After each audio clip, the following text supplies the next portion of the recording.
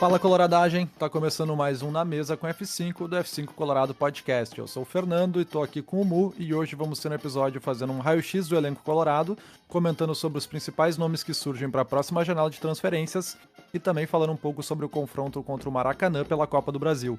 Então vem com a gente e vamos dali!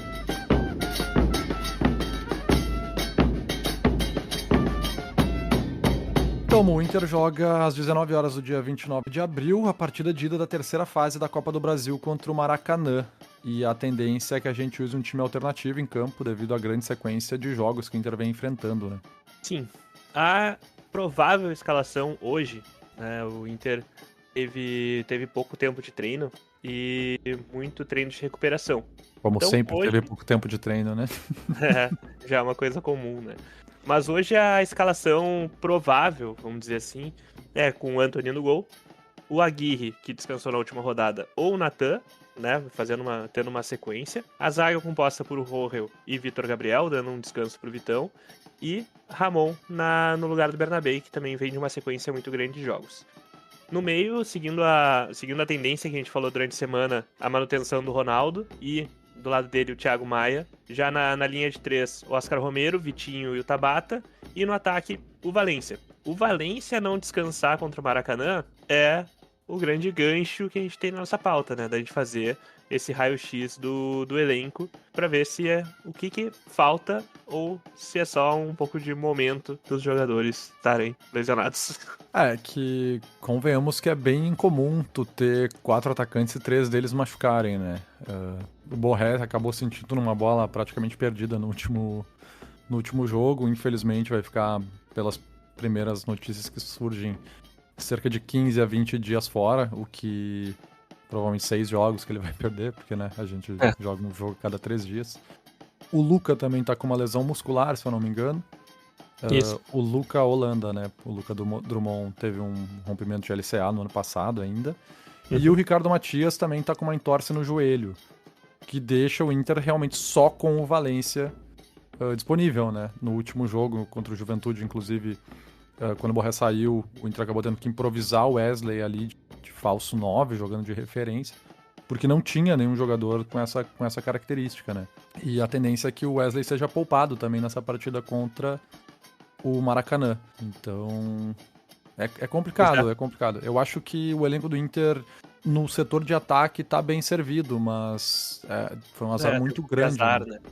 Um pouco de azar, realmente, o Borré num lance que ele só levanta a perna, né? De repente, até por ele não estar há muito tempo em campo, né? Ele talvez não esteja tão aquecido, acaba se lesionando. Então, eu acho que não vale a pena, na janela, a gente fazer uma grande contratação de um atacante, porque não tem muitos nomes disponíveis no mercado, em primeiro lugar, e segundo, porque, cara, qualquer um... acho que é um grande consenso na internet de que o Ricardo Matias deveria ter um pouco mais de espaço no Inter. Né? Ele não vem sendo utilizado no elenco principal, ele desce pro sub-20 e se lesiona, mas quando voltar, se a gente faz uma contratação para ser um terceiro nome pro ataque, porque o Valência e o Borré são os primeiros nomes, pô, daí o Ricardo Matias vai ficar na quarta posição, né? Pelo menos. E ainda tem o Luca, que tá à frente dele na hierarquia, segundo o Roger. Então, acho que não vale a pena. Acho que agora é recuperar eles e ver eles em campo, assim. É verdade. Eu vejo muito a mesma postura do Inter também. Eu acho que o Inter vai ter a mesma postura que teve com relação ao lateral direito, né? Que o Inter já tinha o Aguirre, que estava aqui desde o ano passado, e também o Natan, que chegou ano passado. E o Inter preferiu não contratar mais um jogador para essa posição para disputar a titularidade, porque daqui a pouco o Bruno Gomes está de volta também. Então tu teria 3 jogadores disputando titularidade, porque o Aguirre hoje, na minha opinião, é titular absoluto. E mesmo com a volta do Bruno Gomes, se trouxesse mais um jogador para disputar essa posição, tu ia ter 3 jogadores disponíveis logo mais, com somente um podendo jogar, pagando 3 salários altos, né? Então... Pois é. E esse período de treinamentos do Natan aí, tanto em separado quanto só treinando ali junto com o grupo, também teve um certo efeito, né? Ele jogou muito bem contra o Juventude. Coisa que talvez ninguém esperasse, né? Talvez nem ele. Então, cara, é um nome que como terceira opção, Claro. né? Quando o Bruno Gomes voltar, tá ok. Tipo, ele entrou ali, ele não comprometeu, jogou uma partida de Série A contra um time que é competitivo, a gente já enfrentou o Juventude outras vezes no ano e sabe que eles têm características ofensivas importantes, assim, e ele defendeu bem, sabe? E teve boas oportunidades também indo pro ataque. Uhum. Então acho que é um nome bom, considerando que é a terceira opção. Se ele fosse o reserva imediato, daí eu já iria ter outra avaliação. Na lateral esquerda a gente tem o Bernabé titular absoluto. E o Ramon, eu acredito também que é um jogador que veio para ser reserva e serve, né? Ele foi comprado em definitivo pelo Inter. E eu acredito que agrega como reserva, ele sabe a condição dele no time. Então, acredito que não tem maiores problemas também nessa posição. Pois é. A última aparição dele foi contra o Nacional, né? Assim, com um pouco mais de exato. tempo. E... O Bernabé estava exausto também, né? exato. E ele apareceu bem na frente, né? Ele não foi tão incisivo quanto é o Bernabé de carregar a bola e cortar pra dentro. Mas ele apareceu bem na frente, assim, eu acho que é um reserva muito bom. Eu sinto falta ali na esquerda de ter algum guri da base aparecendo. A gente teve o Pablo no começo do ano, se eu não me engano, né? O Pablo até deu uma assistência para um gol O no Pablo Gauchão. começou bem, depois deu uma sumida, né? A grande parte dos jogadores da base deram uma sumida. E isso até pode ser uma corneta, assim, porque tinham jogadores ali que mostraram um potencial no início e depois não foram mais utilizados. Até a própria presença do Luca no grupo também não faz muito sentido, sendo que ele não joga. É que foi um momento que o Inter perdeu muitos jogadores, né? Por lesão. Principalmente o Inter não tinha o Alan Patrick, eu acho que perdeu o Borré por algum tempo. Cara, eu acho que o Pablo, quando jogou, Não tinha o o Wesley Bernabé não também. tinha sido nem contratado. Pode ter sido ali contra o México, nos primeiros confrontos ali. Mas o Inter começou o ano só com o Pablo de lateral esquerdo, né? Porque o René tinha saído e o Bernabé não tinha sido contratado ainda em definitivo. Então Tanto ele que jogou começou primeiro. com o Aguirre, né, na esquerda, o primeiro jogo. O Aguirre começou alguns minutos na esquerda, né? Porque nos dois jogos que ele começou pela esquerda, ele teve que inverter pra direita na sequência, assim. É verdade. Na zaga, a gente tem a nossa zaga titular, eu acho que ninguém tem dúvidas em relação a isso, né? De Vitão e Vitor Gabriel. E na reserva a gente tem alguns nomes. Tem o Rohel, Agostinho Rohel, tem o Juninho e temos o Kaique Rocha. Clayton Sampaio, que voltou de lesão e também tá um pouco mais sumido. Cara, na defesa, o que me preocupa é uma eventual saída do Vitão no meio do ano. Mais do que qualquer coisa, assim. Eu acho que o Vitão e Vitor Gabriel, a defesa, a zaga titular é indiscutível, é essa. O Vitor Gabriel, inclusive, ofensivamente se mostra muito útil, importante pro Inter também, 2 gols agora contra o Juventude. Mas a defesa é essa, é Vitão e Vitor Gabriel. O problema é caso o Vitão saia no meio do ano. Aí o Inter vai ter que buscar uma reposição, porque não tem nenhum jogador capaz de cobrir o Vitão. O Rohel, não acredito que chegue nem perto dele, nem Kaique Rocha, nem Clayton Sampaio. O Juninho se mostrou um bom jogador nas partidas que eu vi dele.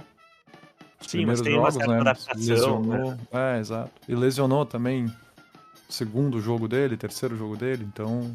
Tá, uma dúvida que eu tenho em relação ao Juninho é em relação ao pé dele, né? Ele é canhoto enquanto o Vitão é destro. Então ele não seria um substituto natural do Vitão em caso dele sair. E aí pode eu ser. acho que o único. Porque aí o Vitor Gabriel também é canhoto, que ele era lateral esquerdo, né? E eu acho que o único, então, que seria o reserva natural do Vitão seria o Rohel. Agostinho Rohel. Agostinho Rohel. Que cara. Eu acho que não sei. Sim, Eu contrato sei a tua termina agora. opinião, mas... exato. Eu sei a tua opinião, mas... Eu acho que é uma posição que o Inter vai ter que dar uma olhada no meio do ano. Principalmente se o Vitão sair. Se o Vitão não sair, eu acho que é mais tranquilo daí, realmente. Talvez um zagueiro pra banco, alguma coisa assim, pra grupo. E era isso. Pois é. A minha torcida é que o Vitão e o Vitor Gabriel consigam ficar pelo menos até o final do ano. Apesar O da Vitor janela. Gabriel acho que fica, tá? O Vitor Gabriel acho que o Inter não vai se desfazer, não. Até porque ele tem um potencial muito grande de valorização ficando no Inter ainda. E é legal que ele fala muito sobre querer ficar muito tempo no Inter, né? Isso é importante, é bem importante. Bom, seguindo, né? Primeiro volante a gente tem o Fernando e o Ronaldo. Eu acredito que o Ronaldo dá conta do recado quando o Fernando tá fora. Apesar do Fernando ser, na minha opinião, o segundo ou terceiro melhor jogador desse time do Internacional. Mas eu sinto falta de um camisa 8 que desempenhe mais. Não falando que o Bruno Henrique não desempenha, mas eu gostaria de ter um jogador mais jovem ali na posição. Mais intenso, né? Mais intenso ali Também. na posição de 8. Tem o O Thiago Ronaldo, Maia, né, no elenco ainda, mas o Thiago Maia não tem jogado. Ele até pediu mais minutos pro Roger e jogou contra o Juventude, entrou no decorrer da partida. Então, eu acredito que recuperando esse jogador, o Inter não precisaria ir atrás de um camisa 8. Mas aí resta saber se o Thiago Maia vai querer sair, se surgir uma nova oportunidade ou não, se ele vai querer realmente ficar no Inter, né? Uhum. Então é uma posição que, no meu ponto de vista, hoje, que o Inter tem que dar uma olhada melhor, tá? É uma incógnita, usando uma palavra bonita. Exatamente. Cara, Quem eu mais tem pra concordo, camisa 8? eu concordo plenamente contigo, mas a gente tem como um outro camisa 8 o Diego Rosa, né? Inclusive, Ah, é o verdade. Roger fala na coletiva do último jogo, né, sobre a utilização do Thiago Maia. Ele fala que, pela ordem do elenco, né, o Diego Rosa tá à frente porque o Thiago Maia pediu pra sair e o Inter foi atrás de uma substituição. Claro. Então, o Diego Rosa é o camisa 8. Lesionou também, né? Seguindo esse caminho do azar, assim, do momento dos jogadores. É que não é bem um azar, né? É um reflexo dessa quantidade absurda de jogos, assim, né? Com Os certeza. jogadores se lesionarem. Mesmo os jogadores que não estão atuando sempre, ainda tem um estresse de viagem, estresse Claro. de treino, de carga e tudo mais. Então, o Diego Rosa acaba se lesionando, ele seria o camisa 8 que o Inter foi buscar para ser o substituto do Thiago Maia. Eu acho o BH um bom jogador muito técnico, com uma boa visão tática, mas eu acho ele pouco intenso para a posição. Eu também tenho uma certa ressalva em relação ao esquema que o Roger tem adotado de botar os dois volantes em linha no meio-campo, dois volantes que ficam mais segurando mais. Porque A quando o Thiago contenção, né? Maia é mais na contenção.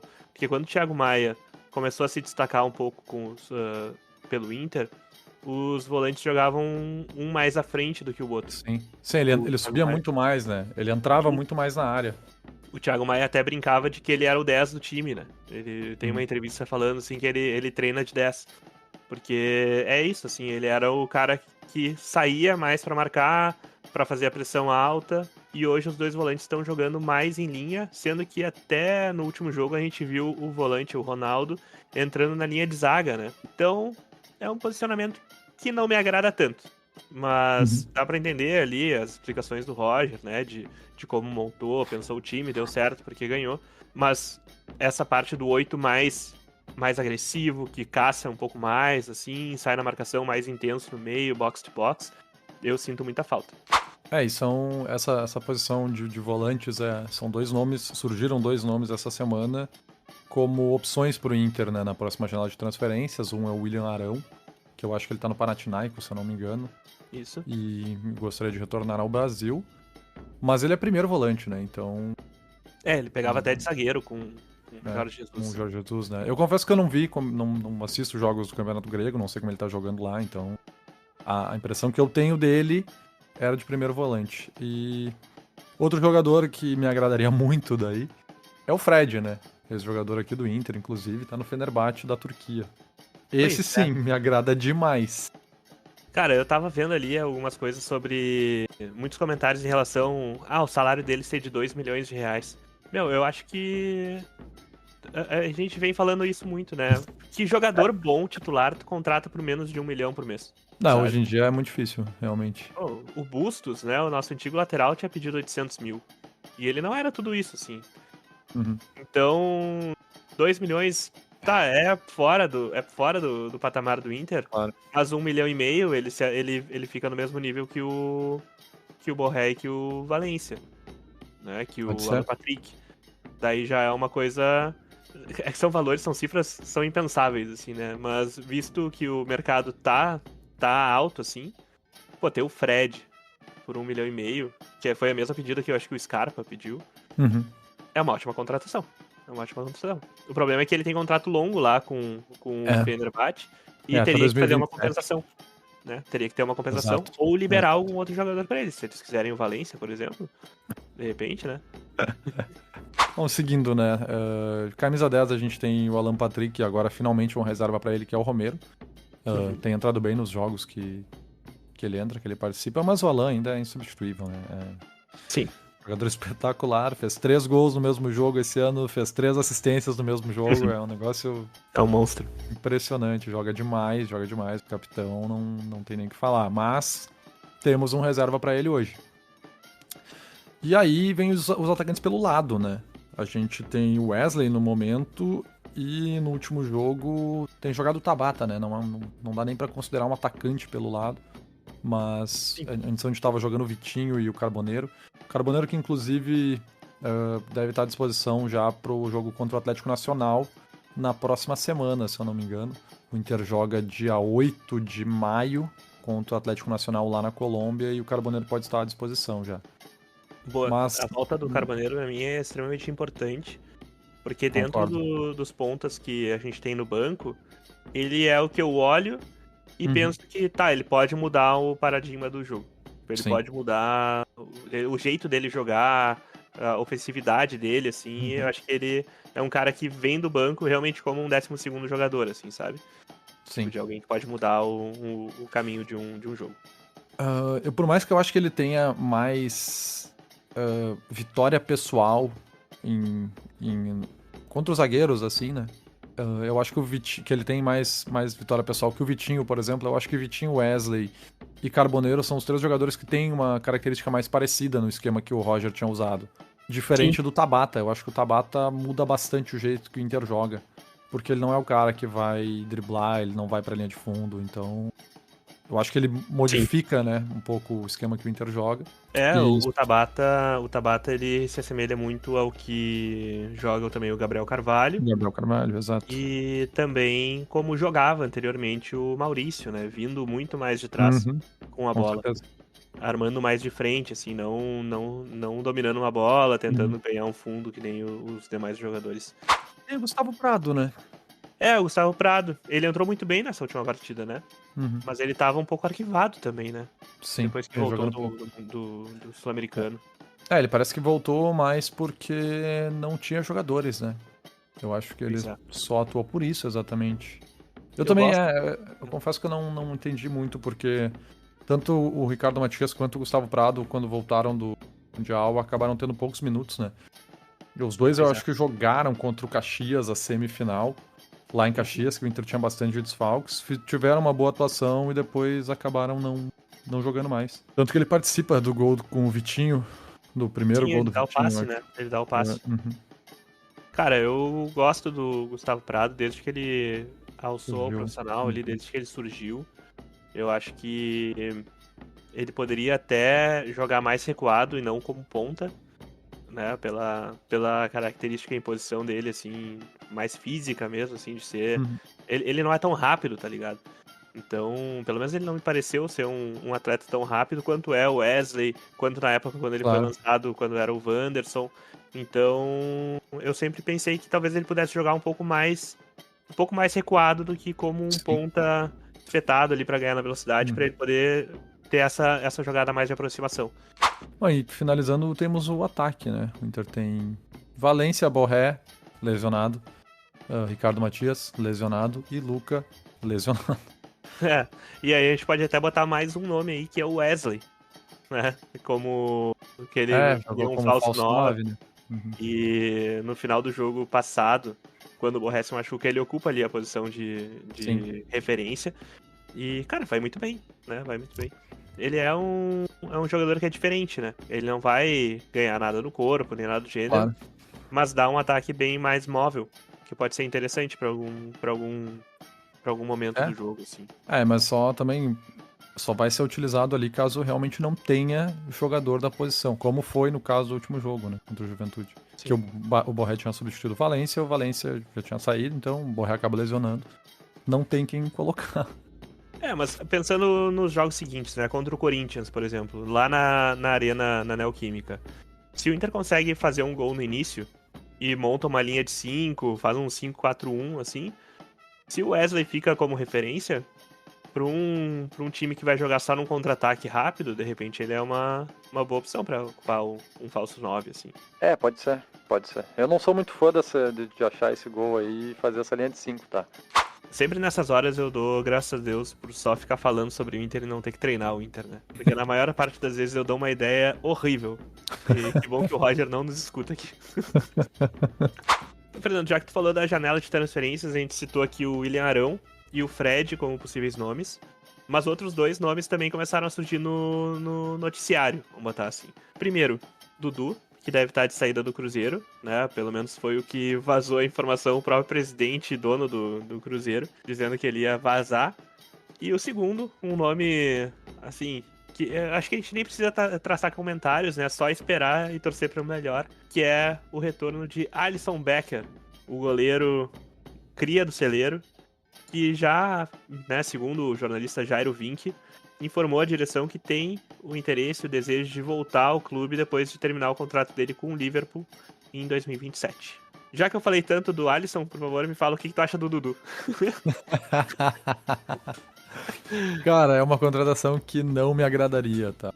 O é um jogador com idade bem elevada, ele ganha um salário astronômico e ele não vem performando bem, né? O Dudu tem 33 anos, ele não vem jogando bem, ele foi contratado a peso de ouro pelo Cruzeiro, teve alguns problemas internos já, teve problema interno na saída dele do Palmeiras, então é uma contratação que eu não gostaria de ver no Inter. Além dele ter tido uma identificação com o rival, né? Ele é ex-jogador do nosso rival aqui do sul de Canoas, e é um jogador que eu não gostaria de ver vestindo a camisa do Inter, não, ainda mais nesse momento.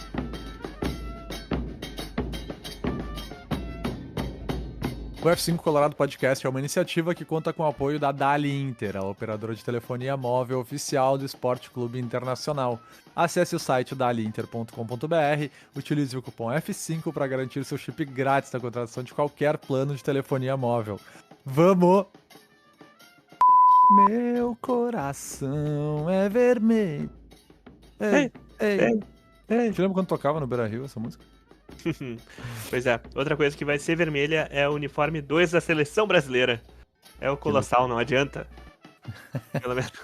A Sele Inter de novo, né? Sele Inter. É o que diz aqui o Foot Headlines. Né? Eles acertam. É, cara, eu acho esse termo genial. Especialista em vazamentos de materiais esportivos. Os caras têm uma pessoa em cada empresa, tá ligado? Na época que o Alisson tava no Sub-20, ele tinha a opção de treinar como terceiro goleiro do principal, ou voltar pra base e jogar como titular lá quando o Klemer era o treinador. Uhum. E ele optou, assim, na hora, o Klemer precisava de um goleiro pra jogar no Sub-20, e na hora ele aceitou.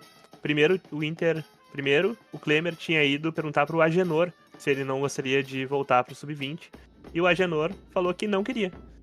Mas quando perguntou pro Alisson, o Alisson topou na hora, foi treinar, tava jogando Sub-20, e aí quando o Inter precisou do terceiro goleiro, o técnico da época, que eu não me lembro o nome, foi até o Klemer e pediu um goleiro que tivesse com ritmo de jogo. E aí o Alisson saiu de goleiro Sub-20 pra titularidade. Então, porque ele tava com ritmo, né, e o Agenor não. Então o Agenor continuou no banco e o Alisson passou ele. Então, é importante também esse movimento, essa transição entre ter uma opção do time principal e ter o ritmo jogando na base, né? Possivelmente seja o que esteja tramando aí o Roger com a diretoria pro uso do Ricardo Matias, pro uso de outros jogadores que ainda são muito jovens. Então,